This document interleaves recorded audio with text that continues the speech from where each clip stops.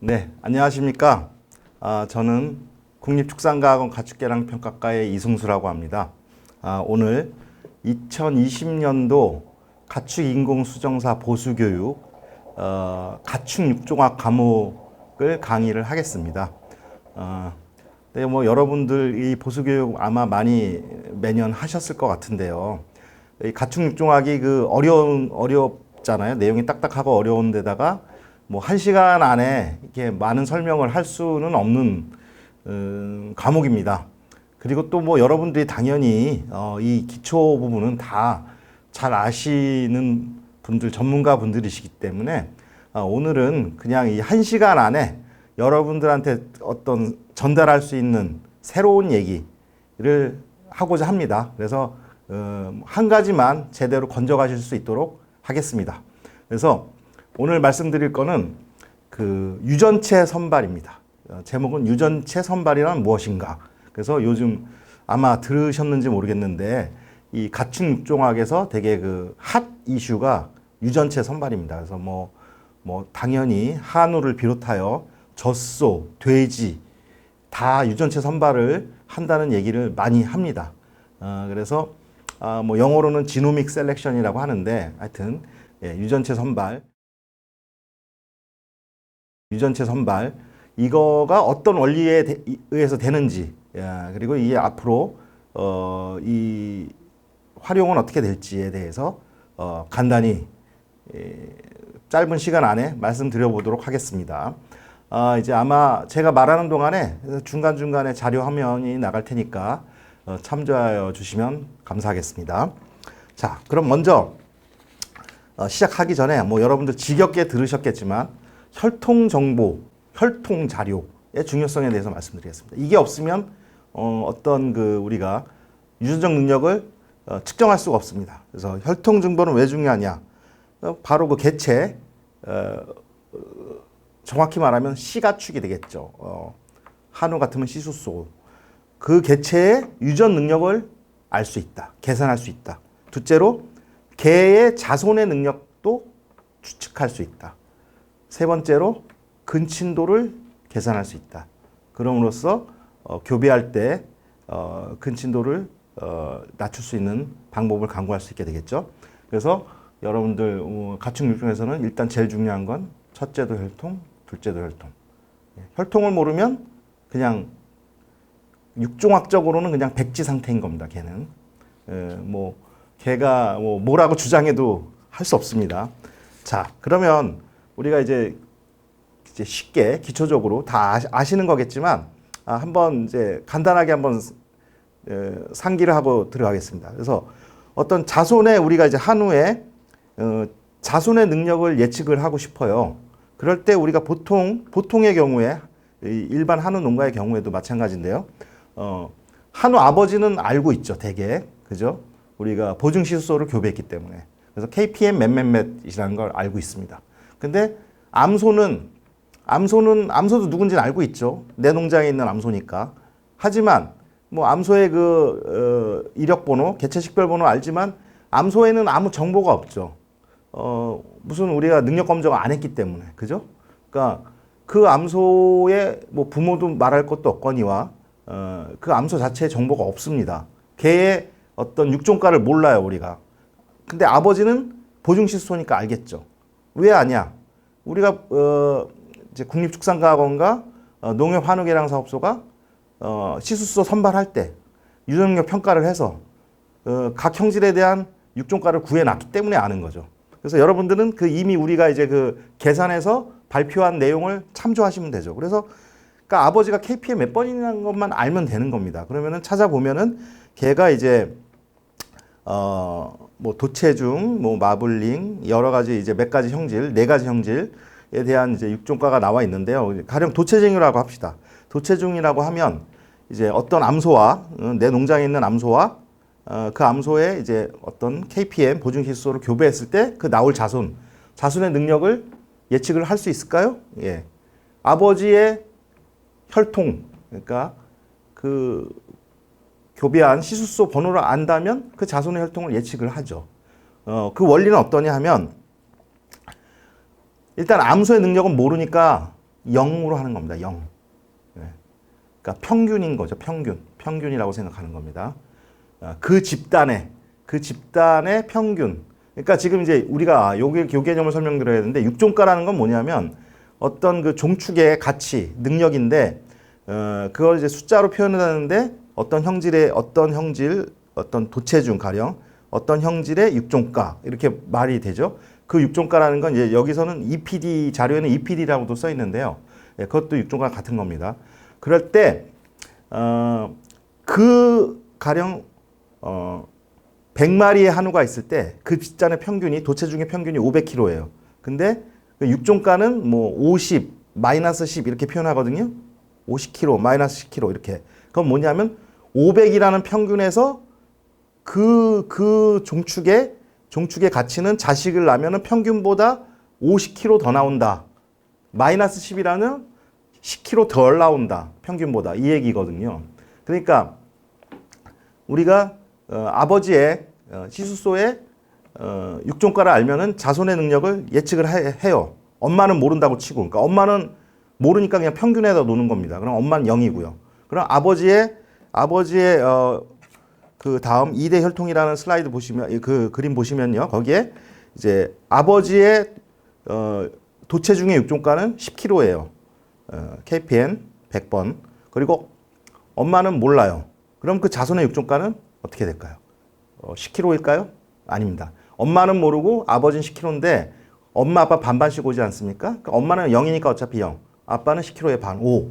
그래서 자손의 도체중은 그 걔네들 그 집단의 자식 세대의 평균보다 5kg가 더 나갈 것이다라고 예측을 할 수 있는 겁니다.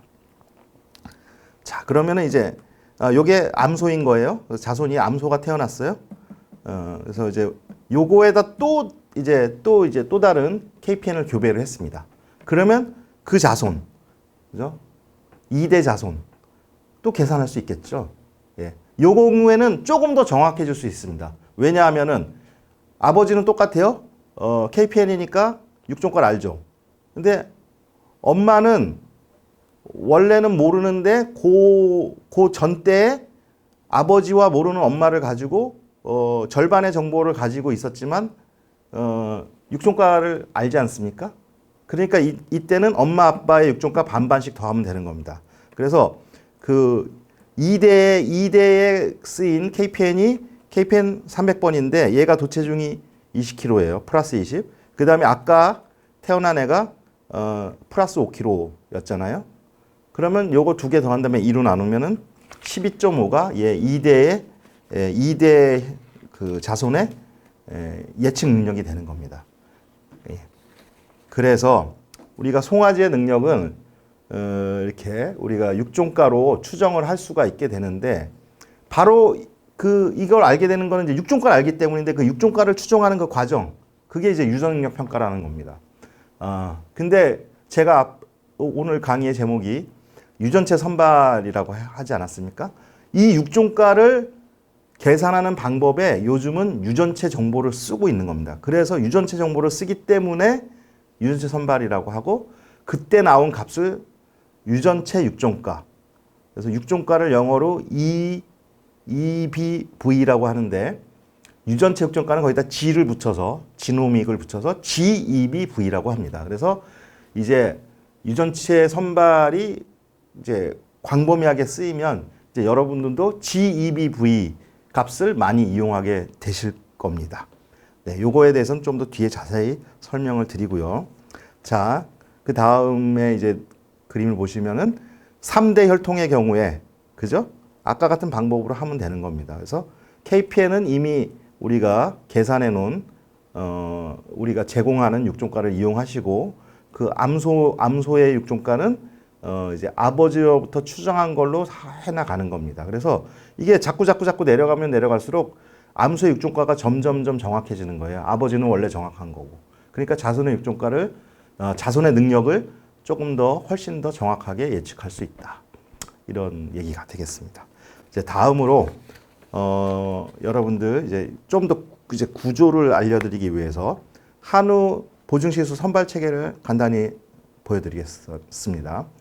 이것도 여러분들 다 잘 아시는 거죠. 굉장히 잘 아시는 거지만 제가 한번 이제 뒤에 설명을 쉽게 하기 위해서 말씀드리자면 우리가 한우 보증시수 1년에 한 30마리 조금 못 되게 선발을 하고 있습니다.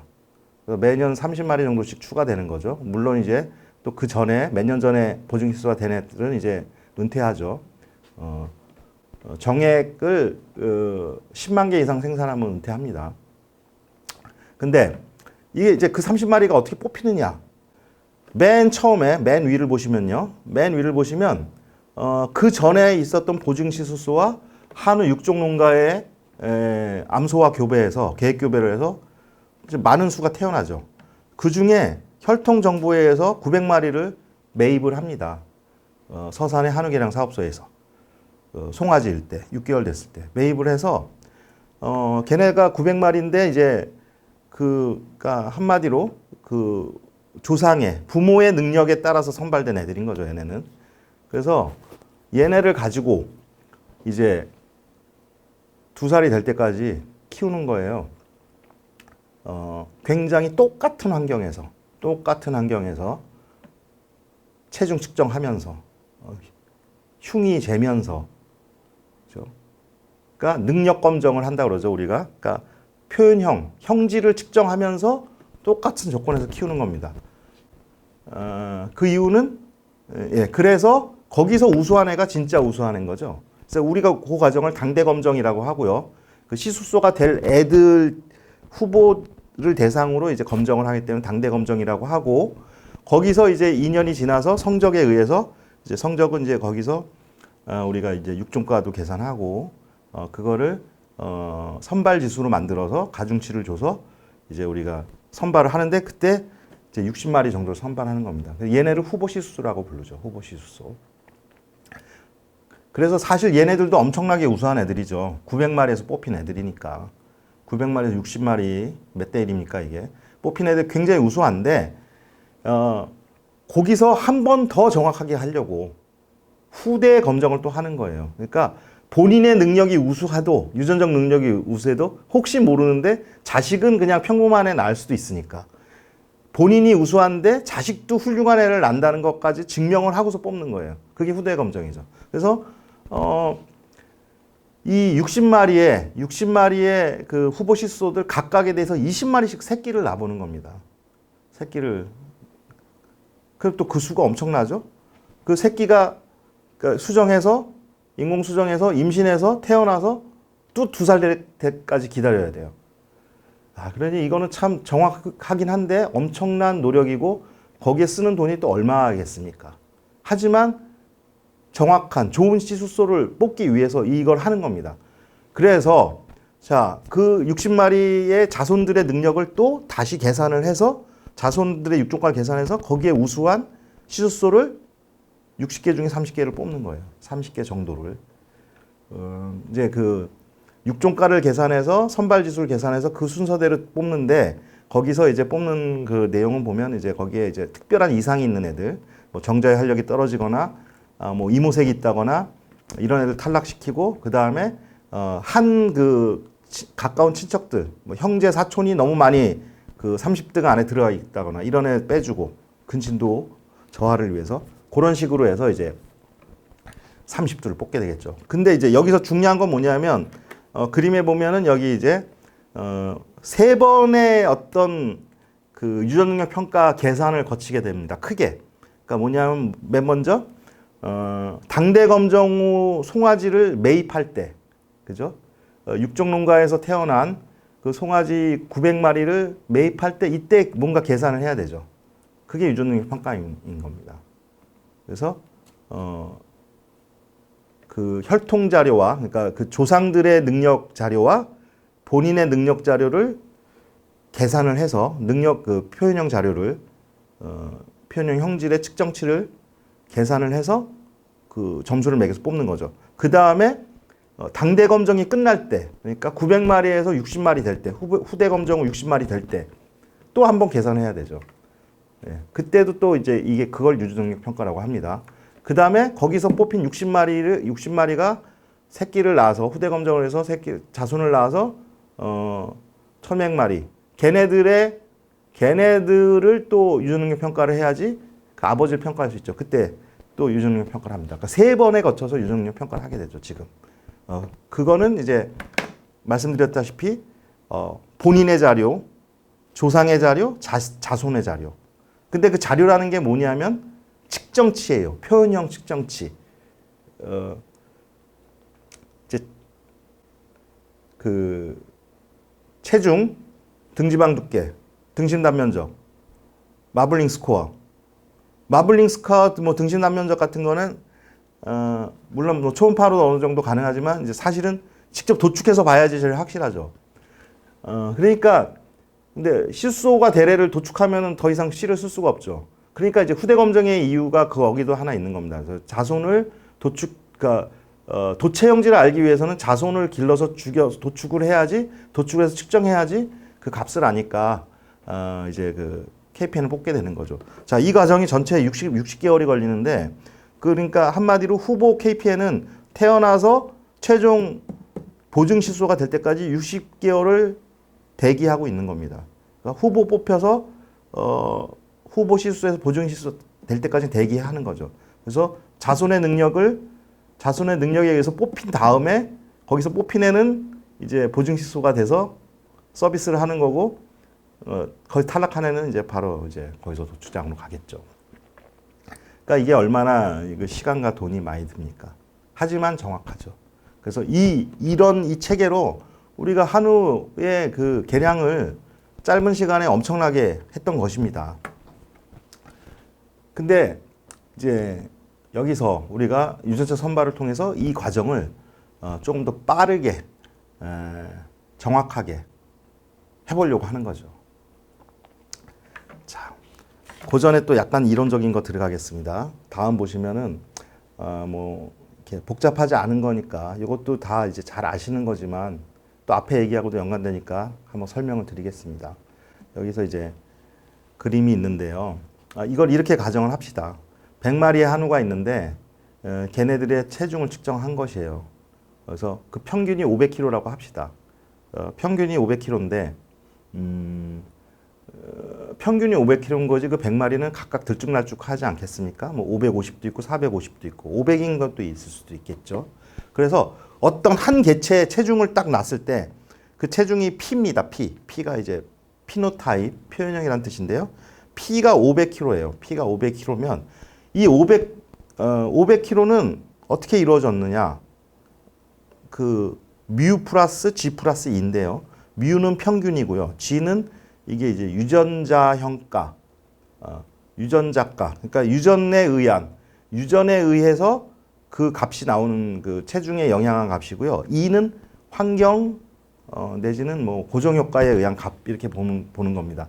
그러니까 뭐냐면 자 550kg 이제 그 평균이 500인 100마리 한우가 있어요.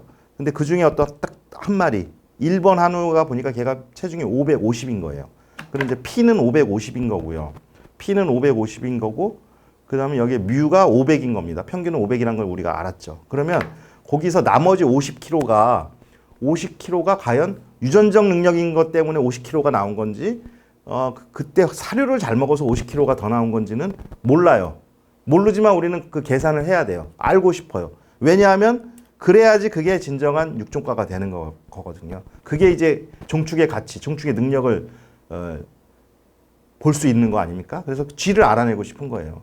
그래서 우리가 이렇게 한우 개량 사업소, 농협 한우 개량 사업소에 당대 검정을 하는 이유가 뭐냐면 이 E를 그 환경 효과 E를 똑같이 해주기 위해서 하는 겁니다. 그러니까 똑같은 환경에서 차이가 나는 것이 진정한 유전자의 효과인 거죠. 그러니까 G의 값을 구할 수가 있게 되는 것이죠. 그런 원리입니다. 하여튼 그래서 이걸 보시면 어떤 개체가 같은 또 550이라도 G 값이랑 E 값이 다를 수가 있어요. 그러니까 550이라고 해서 G가 다 50인 거 아니지 않습니까? 그래서 우리는 사실은 진정한 G가 높은 값을 구해야 되는 값을 가진 개체를 구해야 되는 겁니다. 그 다음 보시면요. 다음 그림 보시면 G를 분해를 했어요. 한 단계 더. 그래서 G를 BV와 GCV라는 거 두 개로 구분했는데 뭐 이게 너무 이제 자세하게 복잡하게 생각하실 건 없고요. 그 G도요. 정말 우리가 그 육종가라고 부르는 그 유전자의 효과가 있고 GCV는 뭐냐면 유전자의 상호작용입니다. 그래서 특정 조합에서만 그러니까 일반적으로 그 능력이 나오는 게 아니라 어떻게 궁합이 잘 맞을 때 나오는 값이에요. 그러니까 이것도 우리가 일반적으로 일일이 계산할 수가 없기 이거를 그 개체가 모든 개체에 그 효과를 난다고 볼 수 없기 때문에 이거에는 이렇게 중요도가 없는 겁니다. 정축으로서. 교배 조합을 만들 때는 약간 중요할 수 있는데 일반적으로. 그러니까 우리는 바로 요 BV, 육종과라고 부르는 이 값을 알아서 이거대로 우리가 선발을 하는 거죠. 그래서 이 값을 계산해야 되는 겁니다. 그래서 이 값을 계산하는 방법이 이제 그동안은 표현형 정보를 얻어서 이제 엄청나게 복잡한 계산을 하게 되는 겁니다. 뭐 그 계산은 저희가 하는 거니까 걱정 안 하셔도 됩니다. 뭐 사실 컴퓨터 프로그램을 짜서 좋은 컴퓨터로 돌려서 하는 거죠. 그 다음 그림을 보시면 네, 이렇습니다. 뭐 이렇게 여러 개체가 있는데요. 막대기 하나가 이제 한 마리인데 이 높이가 이제 얘의 능력인데 뭐 체중이라면 그 무게가 되게 체중. 그때 보시면 이거를 다 분해를 해봤더니 그러니까 표현형 값이 높은 애가 꼭 BV가 높은 게 아니에요. 육종가가 높은 게 아니에요. 반대로 표현형은 낮지만 육종가가 높을 수도 있어요. 육종가가 높았는데 재수없게 그 환경이 안 좋아서 얘가 표현형이 반영이 다 안 됐을 경우가 있는 거거든요. 그러니까 우리는 올바르게 선발하려면 BV, 육종가가 높은 애를 뽑아야 된다. 이렇게 이제 분해가 될 수 있다. 이 말을 드리고 싶은 겁니다. 자, 그러면 이제 드디어 이제 약간 이제 유전체 선발로 이제 가려고 하는데요. 유전체 선발을 가려면은 이제 약간 이제 또 이 유전체가 뭔가, 유전체를 이루는 DNA는 뭔가, 그거에 대한 또 지식이 조금 있어야 됩니다. 근데 여러분들 아마 뭐 또 이미 공부를 하셨기도 했고, 또 사실 요즘은 거의 일반 상식에 속하는 또 내용들입니다. DNA 엄청나게 얘기하니까. 그래서 그거를 한번 정리를 간단하게 하고 이제 유전체 선발을 제가 설명드리면 훨씬 더 이해가 되실 것 같습니다. 그래서 그림을 보시면 여기 둥그란 이 컬러풀한 이 공이 있는데요. 이게 이제 이게 핵입니다. 핵. 세포의 핵. 세포 그림 기억나시죠? 그 세포 안에 이제 뭐 여러 가지 기관들이 있고 가운데 둥그란 해 같은 별 같은 둥그란 구가 있죠. 그게 핵입니다. 근데 이 핵이 어떻게 생겼냐? 이제 여기 보면 되게 색깔로 지구처럼 돼 있잖아요. 근데 이거는 이제 이 색깔은 일부러 칠한 것이고요. 사실 이렇게 색깔은 없습니다. 그냥 까만 겁니다. 근데 이게 둥그란 덩어리인데 이걸 어떻게 생각하시면 되냐면 털실 뭉치 같은 걸로 생각하시면 됩니다. 큰 아주 엄청나게 긴 털실의 뭉치라고 보시면 되고요. 바로 그 털실이 DNA가 되겠죠. 뭉치인데요. 이게 한 가닥은 아니에요. 이 경우에. 그러니까 이 색깔이 다르잖아요. 색깔이 다른 건 뭐냐면 이제 그 실타래가 여러 개가 있는 겁니다. 그래서 그 실타래를 여러 개, 몇 개 되는 건데 그거를 실은 맞아요. 그래서 그거를 뭉친 거예요. 그게 이렇게 뭉뚱그려 있어요. 왜 뭉쳤겠습니까? 이게 공간이 효율적으로 있어야 되죠.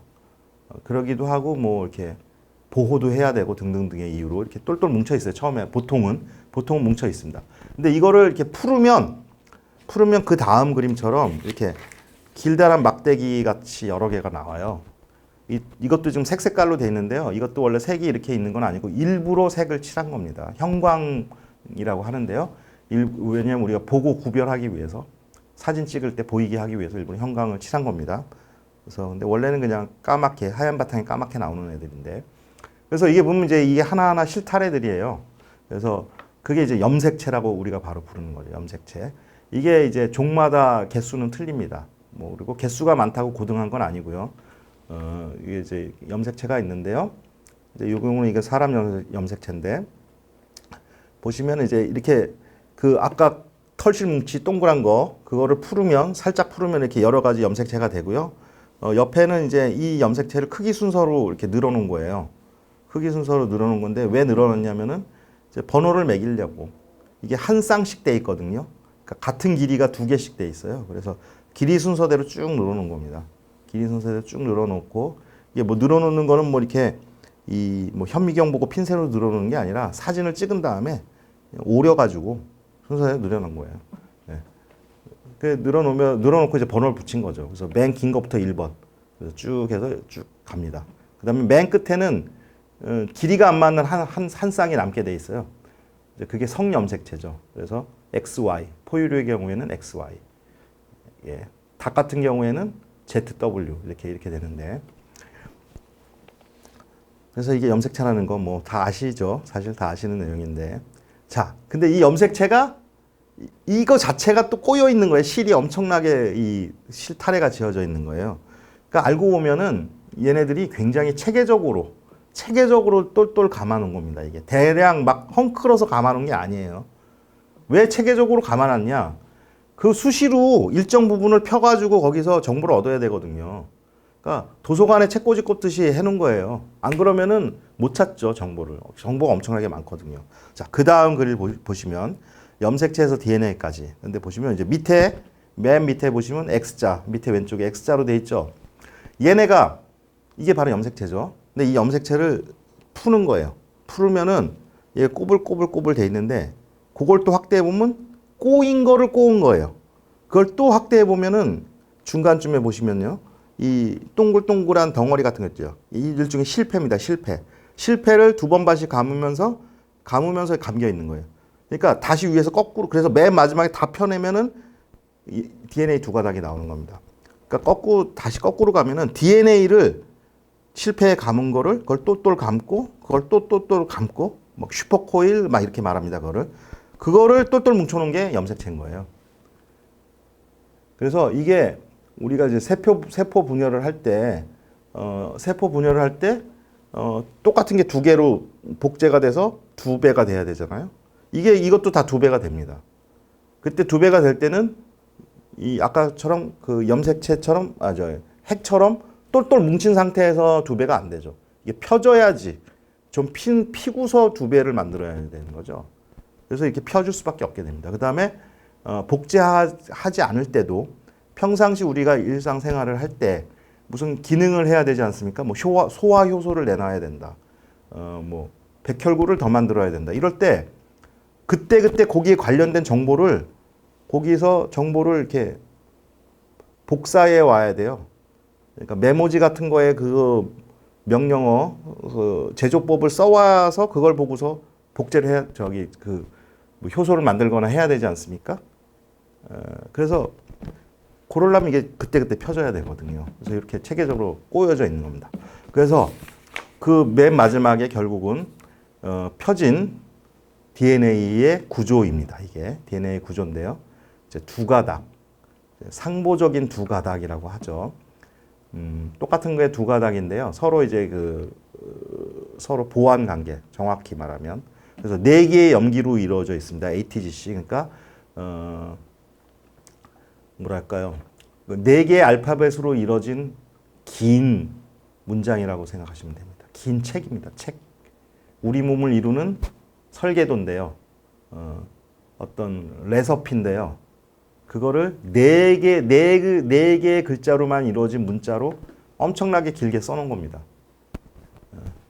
그거를 이제 우리 조상으로부터 받아쓰고 이렇게 한 거예요. 물론 조금씩 고치면서. 그래서 이 염기쌍이 몇 개가 있냐면 3.3 곱하기 10의 구승계. 그러니까 이게 33억 개가 있는 거. 33억 쌍. 그러니까 되게 엄청나게 많은 겁니다. 전화번호부 책 몇 권 두께입니다. 이게 종이에다 쓰면. 거기에 다 의미가 있는 겁니다. 물론 다 의미가 있는 건 아니고 거기서 일부만 의미가 있고 일부는 도대체 왜 써놨는지 모르는 해석이 안 되는 그냥 뭐 단순 반복도 있고요. 그냥 말도 안 되는 게 또 있고요. 그렇게 있는데 그 긴 그 책 속에 띄엄띄엄 말이 되는 부분이 있는 거예요. 의미가 있는 게. 그 의미가 있는 부분을 유전자라고 부르는 겁니다. 유전자. 우리가 뭔가 기능을 하는 애들인 거죠.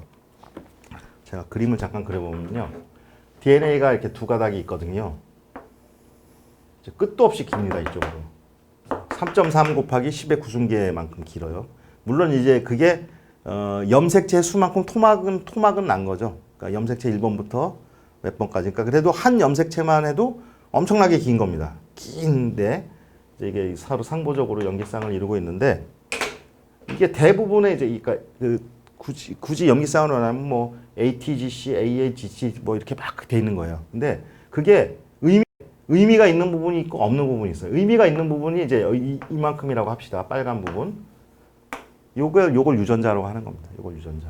또 여기에 막 쓸데없는 예용이 있다가 또 요만큼이 또 유전자일 수도 있어요. 또 여기 이쪽에 가서 이만큼 유전자일 수도 있고 저쪽에 가서 유전자일 수도 있고. 그러니까 유전자가 띄엄띄엄 있습니다. 이제 어떤 거는 이렇게 두 개가 여러 개가 뭉쳐야지 하나의 유전자가 되기도 해요. 그러니까 유전자의 한 부속품들이에요. 정확히 말하자면. 그래서 저런 유전자가 몇 개가 있냐? 2만 개 정도. 2만 개가 안 넘습니다. 15,000에서 2만 사이라고 보고 있는데요. 이게 또 이제 놀라운 얘기가 있는데요. 우리 몸의 기능은 10만 개가 넘습니다. 그러니까 고등동물 10만 개가 넘는데 유전자 수는 2만 개인 거예요. 그러니까 이건 뭘 의미하냐면 유전자 하나가 어떤 기능 하나를 1대1 대응하는 게 아니에요. 여러 개의 유전자가 어느 기능 하나를 하는 겁니다. 조합을 각각 달리하면서. 그러니까 거꾸로 말하면 또 하나의 유전자는 여러 가지 일을 하는 거예요. 그 일의 일부씩을. 그러니까 어떤 가령 체중이라는 형질, 체중이라는 기능이 있을 때 체중을 키우는 유전자가 하나일 거라고 생각하십니까? 그럴 리가 없겠죠. 체중이 크려면 여러 가지 일이 같이 일어나야 되죠. 소화도 잘 돼야지, 그거를 잘 축적도 잘해야지, 열량으로 바꾸는 것도 근육 생성도 잘해야지, 여러 가지 유전자가 수도 없이 관여를 하는 거예요. 그래서 여러 가지가 어떤 체중을 이루는데 각각의 조금씩의 역할을 해서 다 모여서 한 기능을 하는 거죠. 거꾸로 그냥 그 중에 이제 체중을 늘리는 그 기능을 하는 유전자 중에 가령 근육 생성 유전자가 있다고 쳐요. 근데 얘가 체중만 늘리는 아니죠. 딴 것도 하는 거죠. 그 유전자가 다른데 또 다른 뼈를 늘리는 거에 또 약간 영향을 미칠 수도 있다고 쳐요. 가정을 하자고. 그러면 걔가 또 뼈에 관련돼서는 또 한 2% 일을 하는 거예요. 체중에서는 5% 일을 하고. 이런 식으로. 그러니까 유전자의 수는 많지 않은데 훨씬 많은 기능을 하는 거예요. 서로 한 개가 여러 가지 일을 하기도 하고 여러 개가 모여서 한 가지 일을 하기도 하고. 어렵죠. 이러면 이제 그 수학적으로는 훨씬 어려워지는 겁니다. 경우의 수 찾기가 되게 어려워요. 그래서 많은 과학자들이 어떤 유전자의 기능을 밝힌다. 밝혀서 병을 치료하고 약을 만들고 이런 걸 하고 싶어 하는데 어려운 이유가 바로 이런 겁니다. 그러니까 물론 이제 유전자의 기능을 하나하나씩 밝히고는 있어요. 그래서 자꾸 이제 그 정보를 축적을 하고 있는데 그 기능 하나가 그 유전자를 다 대표하는 건 아니에요. 그러니까 유전자 하나 고쳐서 내지는 그 유전자를 가진 애를 선발해서 한다고 해서 그 유전자 하나 바뀌었다고 왕창 바뀌는 일은 없다. 조금 나아진다. 조금. 이거를 기억하셔야 됩니다. 그러니까 많은 그 전에 이제 그 동안에 어떤 분들이 유전자가 굉장히 강력한 유전자가 있어서 그거 하나면 우리가 확 좋아진다. 이런 얘기 했는데 완전히 그렇지 않은 거죠. 자, 그래서 이제 유전자의 기능을 이해를 하셨으니까 이제 유전체 선발을 어떻게 하느냐 이제 그 말씀을 드리겠습니다. 그러니까 유전자 선발을 하려면 이제 마커가 있어야 되는 겁니다. 유전자 마커. 그러니까 왜 마커가 있어야 되냐면 유전자형을 알아야 되기 때문에. 그러니까 유전자형은 쉽게 말하면 우리 혈액형과 같은 겁니다. 혈액형. 우리 혈액형 A, B, C는 A, B, O, A, B. 예. 또 A형도 따지자면 AA가 있고 AO가 있죠. 요게 유전자형입니다. 그래서 우리가 유전자형별로, 그러니까 혈액형별로 막 성격을 예측하고 그러잖아요. 이게 바로 유전체 선발의 원리인 겁니다. 그러니까 근데 이제 혈액형이란 유전자형으로 우리가 어떤 형질, 성격이라는 형질을 예측을 하는 거예요. 그러니까 이거 거꾸로 우리가 소로 생각하면은 어떤 마커로, 유전자 마커로 소의 체중을 예측하는 거예요. 똑같은 원리죠. 근데 보십시오. 혈액형은 유전자형이 4가지밖에 안 되죠. 4가지인데 AA, AO를 구분한다면 6가지 되네. 6가지. 예, 6가지로 예측을 하는 건데 6분의 1 아닙니까? 6분의 1. 그러니까 전체 사람을 6그룹으로 나눠서 6가지의 유형으로 나눠서 이거면 넌 이 성격이고 너는 이 성격인데 그게 뭐 어느 정도는 맞지만 딱 떨어지진 않죠. 왜냐하면 사람이 엄청나게 수가 많고 다양한데 성격이. 그러니까 되게 그냥 둘이 뭉술한 그 유전체 그에 의한 성격 예측이죠. 근데 이게 만약에 이 혈액형 유전자 같은 거를 많이 쓰면은 굉장히 많이 여러 개의 유전자를 사용하면 그 관련된 유전자 그것도 이렇게 혈액형이 성격이랑 무슨 관련이 있는지 모르겠어요. 그죠? 조금 있을까요? 근데 이왕이면 관련된 유전자로 체중과 관련된 유전자를 많이 찾아가지고 그거의 유전자형을 알면은 그 조합은 무진장 다양하겠죠. 그래서 그 각각의 그 어떤 체중별로의 그 관계를 알면은 우리가 유전자형만 알면은 그 어떤 유전자들의 유전자형을 알면은 아 얘는 체중이 어떻게 될 거라고 우리가 예측을 하는 거죠. 이게 유전체 선발입니다. 이해 가셨죠? 그래서 그 원리를 보시면 S&P 유전자 칩의 원리라는 요 그림을 보시면은요. 이제 DNA가 아까 보셨듯이 이 전 슬라이드에서 두 가닥이었잖아요. 이 두 가닥은 어떤 성향이 있냐면 우리 체온 정도의 온도에서는 두 가닥이 이렇게 붙어 있어요. 근데 이게 온도를 살짝 올리면 한 5, 60도 올리면요. 이게 두 가닥이 떨어져요.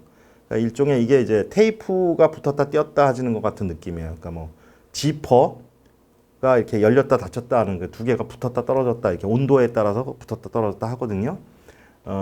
그래서 이제 근데 떨어질 때는 이제 온도를 올리면 떨어지는데 도로 붙을 때는 뭐냐면 정확히 이 두 개가 그 염기가 서로 신호가 맞아야 되는 거예요. 상보적인 데끼리만 붙어요.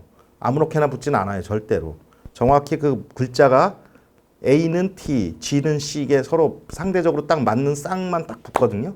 기가 막히게도.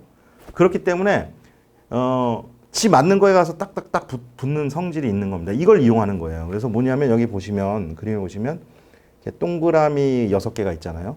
이 각각의 동그라미 안에 일정의 똑같은 그 암호 순서를 가진 그 이 염기 순서를 가진 토막을 뭐 2, 30개짜리 2, 30개 정도로 이루어진 작은 토막을 여기다 이렇게 붙여놔요. 미리. 자, 이런 건 다 회사에서 합니다.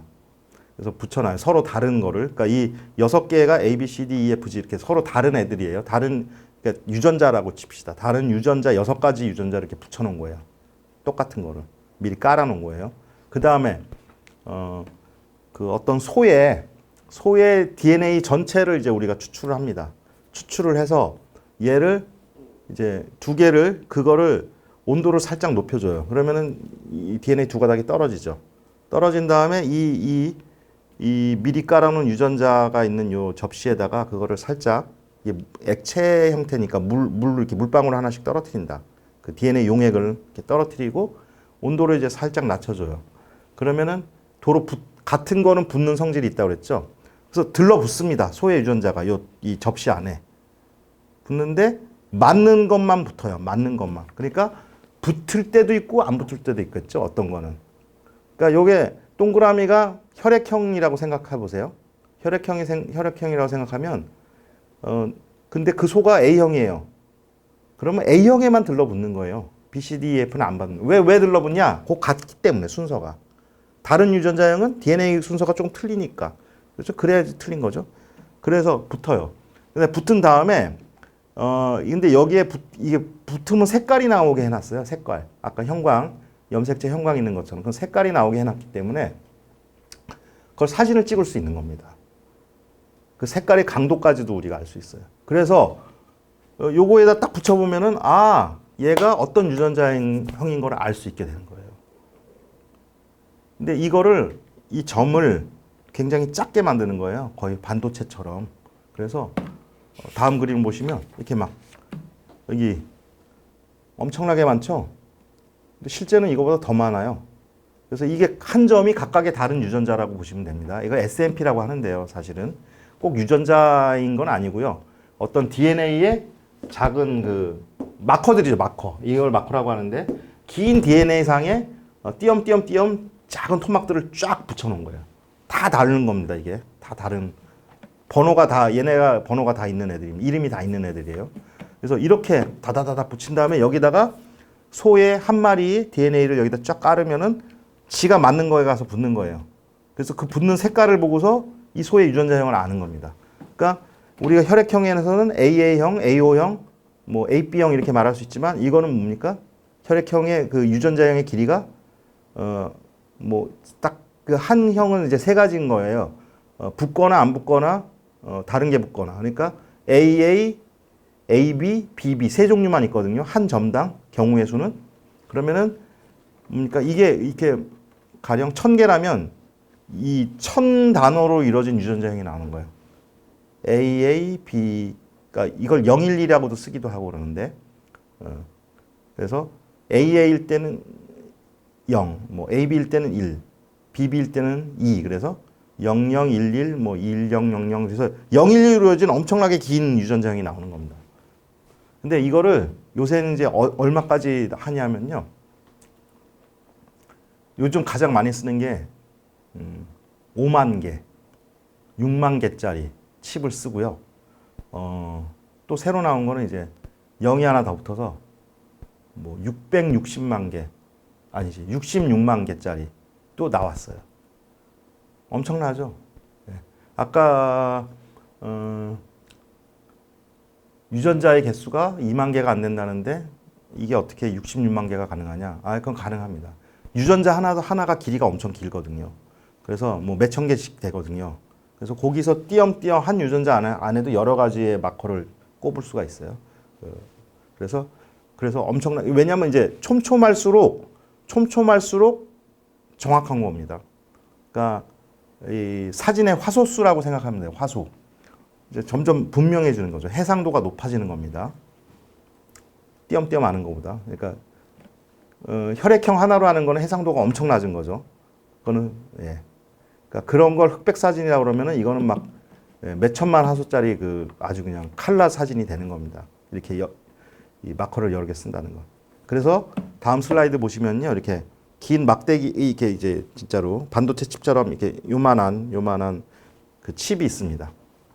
그 칩 안에 유리 같은 걸로 된 칩 안에 이게 칸이 이렇게 나눠져 있거든요. 그래서 이 한 칸이 한 마리입니다. 한 마리 분이에요. 그래서 이거 보시면은 12개씩 두 줄로 이루어져 있어요. 그래서 이 슬라이드 하나가 이제 한 개에 24마리를 검사를 할 수 있거든요. 그러니까 이 한 마리의 DNA를 이 24개 중에 한 자리에다가 잘 떨어뜨려야 돼요. 잘 떨어뜨리면 이 24개짜리의 한 칸, 이 네모칸 하나에 5만 개가 깔려 있는 거예요. 5만 개의 이 점들이. 그래서 5만 개의 유전자를 알 수 있는 거죠. 그래서 보통은 이제 우리가 이거 요새 가격이 한 8만 원 하거든요. 한 마리에. 그러니까 지금 이게 24개니까 요거 한 칩 하나가 200만 원 정도 하는 거예요. 200만 원. 가격은 조금씩 내려가고 있어요. 요새 계속. 처음엔 굉장히 비쌌습니다. 그러니까 한 마리 검사 비용 8만 원 드는 거예요. 지금. 이렇게 하려면 우리 이제 한우 친자 감정할 때 13개 마커로 하는데요. 그게 이제 한 15,000원, 한 쌍이면 3만 원 뭐 이렇게 들잖아요. 근데 그거보다는 훨씬 비싸지만 그거는 아까 13개 검사한다고 했는데 이거는 5만 개 검사하니까 뭐 정보량은 이제 엄청난 거죠.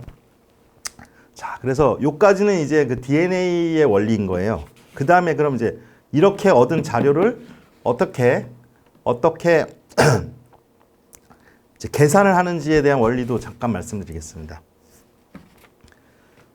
자, 요게 그 실제로 그 소의 그 SNP DNA 칩입니다. 요걸 사용해서 우리가 그 유전체 선발을 하거든요.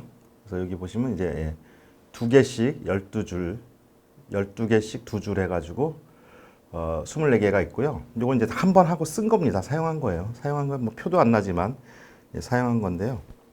요게 지금 이제 크게 두 개 회사가 있어요. 두 회사가 있어서 두 회사의 제품을 선택해서 사용을 하고 있습니다.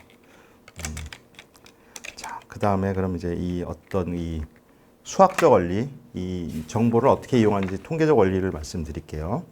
자, 그림을 보시면요. 여기 이제 각 염색체를 나타낸 겁니다. 파란 막대기, 빨간 막대기.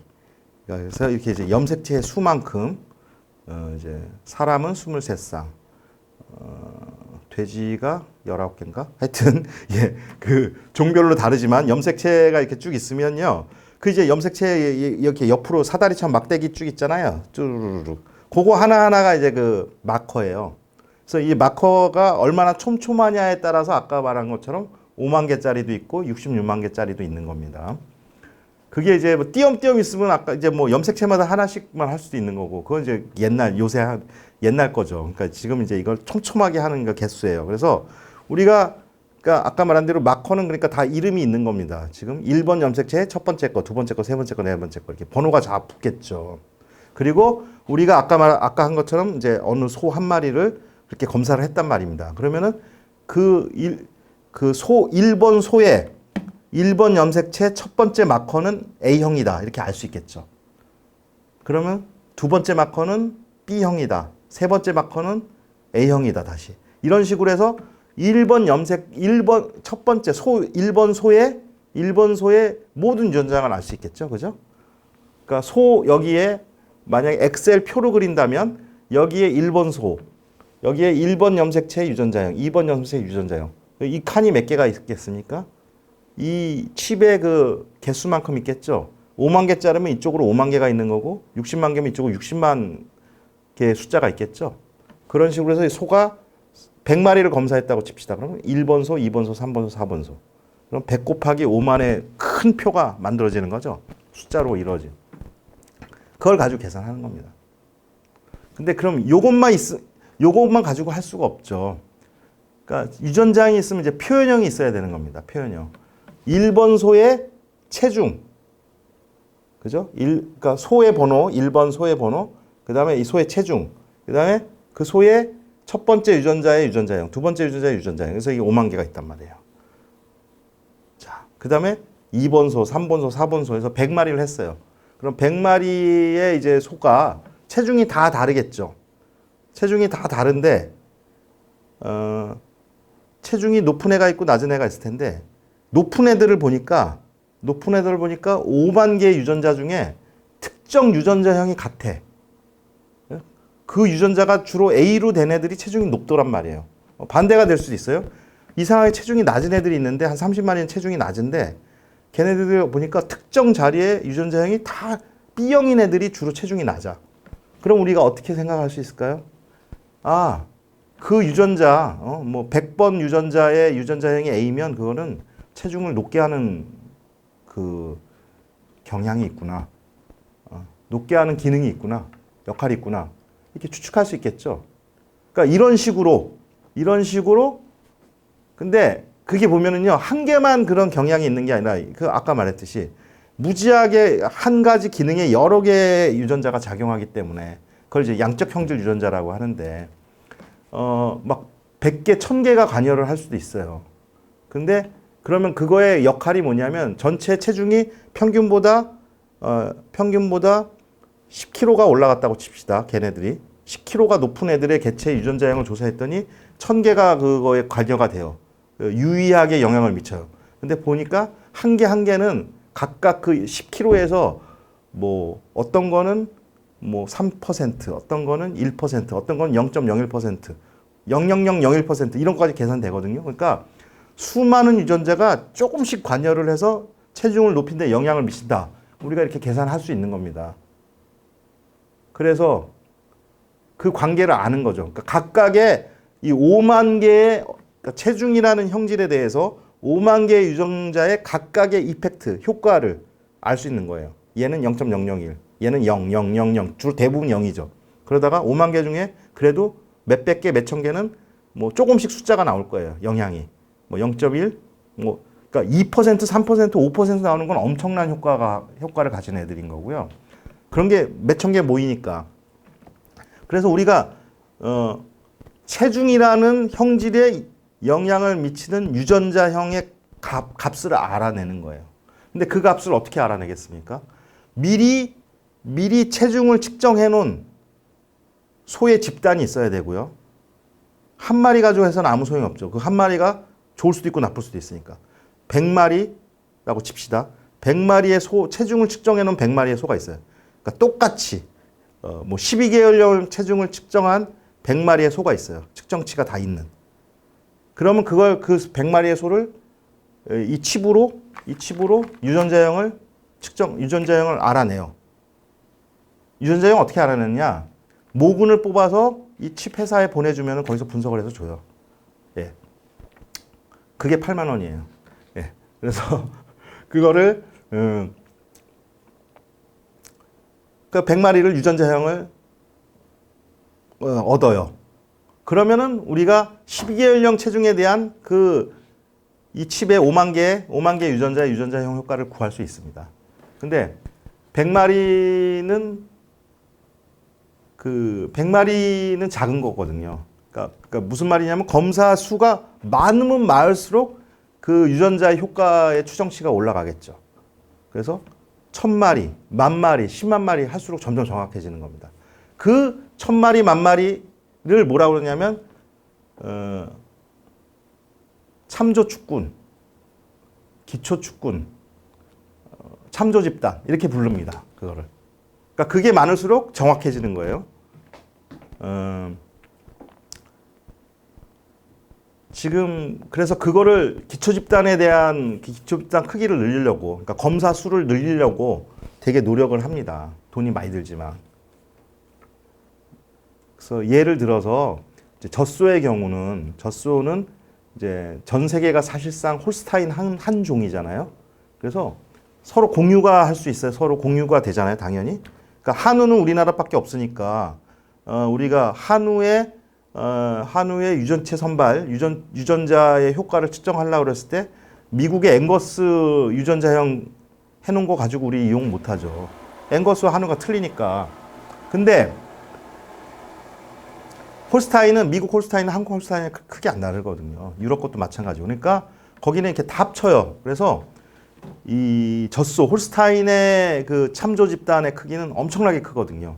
그 말은 굉장히 홀스타인의 유전자 선발은 정확하다는 거예요. 유전체 선발은 정확할 수 있다는 거죠. 그래서 젖소 인공수정 하시는 분도 많이 계시겠지만 이제 젖소는 거의 유전체 선발이 상당히 정착했고요. 미국, 유럽 중심으로 우리나라도 따라가는 중이고요. 한우는 우리가 스스로 해야 되는, 우리나라 독자적으로 해야 되는 겁니다. 그래서 그래서 지금 이제 계속 말씀드리자면 우리가 참조 집단을 만들어서 형질을 측정을 했어요. 그 형질은 많이 측정할수록 좋겠죠. 우리가 많은 거에 대한 효과를 알고 싶으니까.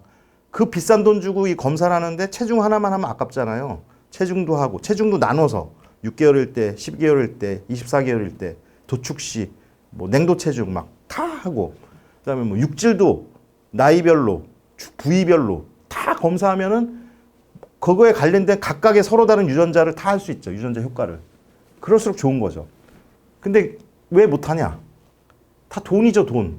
그 측정 다 사람이 해야 되잖아요. 돈 써서. 측정하기 쉽지 않잖아요. 살아있는 큰 소를. 그러니까 꼭 필요한 것만 하는 겁니다, 사실은. 근데 돈이 많으면 많은 형질을 측정하면 더 좋죠. 칩도 5만 개짜리 아니라 60만 개짜리 하면 더 좋죠. 똑같은 원리입니다. 정보가 많아지는 거죠. 물론 계산량은 점점 엄청나지겠지만. 자, 그래서 우리가 어떤 일정한 크기의 참조 집단의 어떤 형질에 대해서 일정한 집단의 참조 집단을 가지고 유전자 효과를 구했어요. 그러면 이제 다 된 겁니다, 사실은. 그러면 그 다음에 이제 어떤 미지의 소가 한 마리가 있어요. 미지의 소. 얘 체중도 안 재봤고 아무것도 안 재봤어요. 그러니까 한마디로 어려. 얘가 송아지야, 송아지. 송아지인데 얘 도체 형질을 어떻게 알겠어요? 도체 형질의 육종가. 얘 마블링의 육종가를 어떻게 알겠어요? 지금 기존의 방법이라면 엄마, 아빠, 주로 아빠죠. 보증실서. 아빠의 능력을 가지고 얘를 추정하는 거죠. 그게 지금의 육종가 추정 방법이란 말입니다. 근데 우리가 유전체 선발을 적용해서 그 유전자의 그 어떤 마블링에 대한 효과를 알고 있다면 이 송아지를 DNA 검사하는 거예요. 그래서 그 유전자형을 알아내죠. 그럼 그 유전자형을 가지고 그 각 유전자마다 마블링에 대한 우리가 효과를 알고 있죠.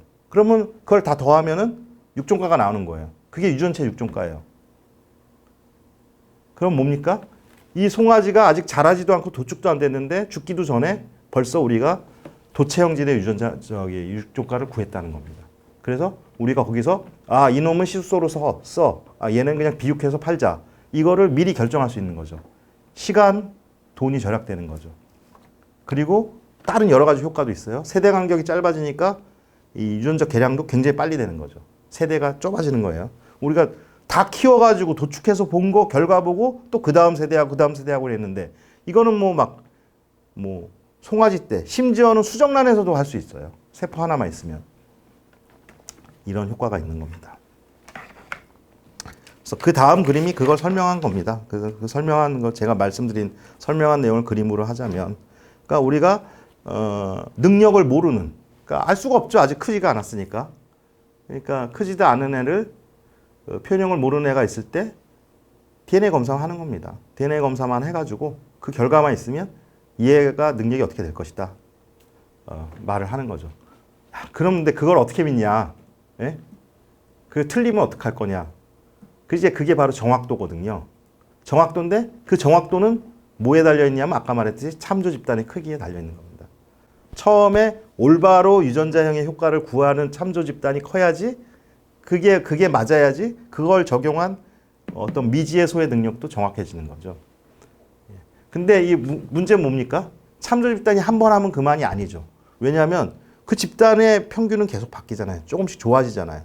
좋아지거나 달라지죠. 하여튼 사람들의 기호에 따라서. 그러니까 참조 집단은 꾸준히 계속적으로 일정량을 하면서 후대 검정을 하면서 일정량을 계속 축적을 해야 되는 이유가 생기는 거죠. 자, 그 그림 보시면은 이쪽에 왼쪽에는 혈통 및 능력 자료 기반 유전 능력 평가라는 그림이 있고요. 이쪽은 유전체 자료를 이용한 유전 능력 평가, 유전체 선발이 있잖아요. 왼쪽 그림을 보시면 그 기존의 방법은 뭡니까? 엄마 아빠로, 그러니까 조상의 능력으로 육종가를 추정하기 때문에 그 형제들, 그 자손은 형제들이 다른데 다 똑같이 나오죠. 그 세대는 똑같이 나온단 말입니다. 지금은. 근데 사실 또 아빠, 엄마가 같다고 해서 그 형제들이 능력이 다 똑같습니까? 그렇진 않죠. 조금씩 틀리죠. 물론 그 평균을 내면 크게 벗어나진 않지만 형제가 조금씩은 다르죠. 근데 그래서 여기에서 뭐가 정확한지 덜 정확할 수 있는데 유전체 선발은 뭐냐면 각각의 개체를 유전자 검사를 해서 추정을 하는 거니까 형제가 다 값이 다르죠. 이 말은 뭡니까? 조금 더 정확하다기보다 세분화했다라고 말을 해야 되나요? 정확한 거죠, 한마디로. 이런 장점이 있는 겁니다. 자, 그래서 이런 유전체 선발이 이제 벌써 많이 적용이 되고 있고요. 그러니까 아까 어디서 쓰면 좋겠습니까? 한우 유전능력 시수소 선발 체계에서 보시면은 그 후보 시수에서 시수소 뽑을 때 후대 검정 부분에서 쓰면은 최소한 그 후대 송아지를 기르는 기간이 줄어들 수 있지 않을까요? 이런 생각도 들고요. 그렇게 해보려고 하고요. 그 다음에 맨 처음에 당대 검정 대상우 매입할 때, 그러니까 육종농가에 송아지 살 때, 그때도 그냥 아버지의 그 조상의 능력으로만 해서 순위를 매겨서 뽑는데, 한마디로 음서 제도도 음서 제도. 그러니까 조상이 좋으면 그냥 자식도 좋을 거라고 생각하고 뽑는 거잖아요, 사실은 지금은. 근데 요거 8만 원 들지만 가격은 계속 떨어지고 있다고 그랬죠. 그 몇만 원 들지만 요거를 검사해서 유전자형 능력에 의해서 걔네 미래 능력을 추정해서 뽑으면 조금 더 정확하지 않을까 하는 생각을 하는 겁니다. 그래서 이거를 요새는 한우뿐만 아니라 한우, 젖소, 돼지도 하려고 합니다. 심지어 닭도 하려고 하고요. 근데 소가 제일 좋죠. 왜냐하면 소 하나 자체 한 마리 값이 비싸니까 이 치값에 대한 비율이 떨어지니까. 돼지는 이렇게 그 돼지 한 마리 값이 적은데, 상대적으로 적은데 거기에 막 10만 원짜리 칩을 쓸 수는 없지 않습니까? 그런 문제가 좀 있어요. 물론 종축은 얘기가 다르지만요. 자, 그래서 제가 그동안 유전체 선발이 뭔지를 설명을 드렸습니다. 이해가 가셨는지 참 모르겠습니다만은 뭐 관심을 가지시고 보시면 이해가 갈 겁니다. 이제 끝으로 부가적으로 사실 그동안에 아마 기존에 그동안에 인공수정사 보수교육에서 했던 그런 유의 내용들을 또 설명을 좀 드려야 되지만 그건 생략을 하고 그냥 어디 있는지 소개만 하겠습니다. 그래서 한우 유전력과 활용 방법을 어디서 구할 수 있다는 말씀을 드리는 거예요. 그걸 설명을 안 하고. 그래서 잘 아시죠, 사실은 여러분들.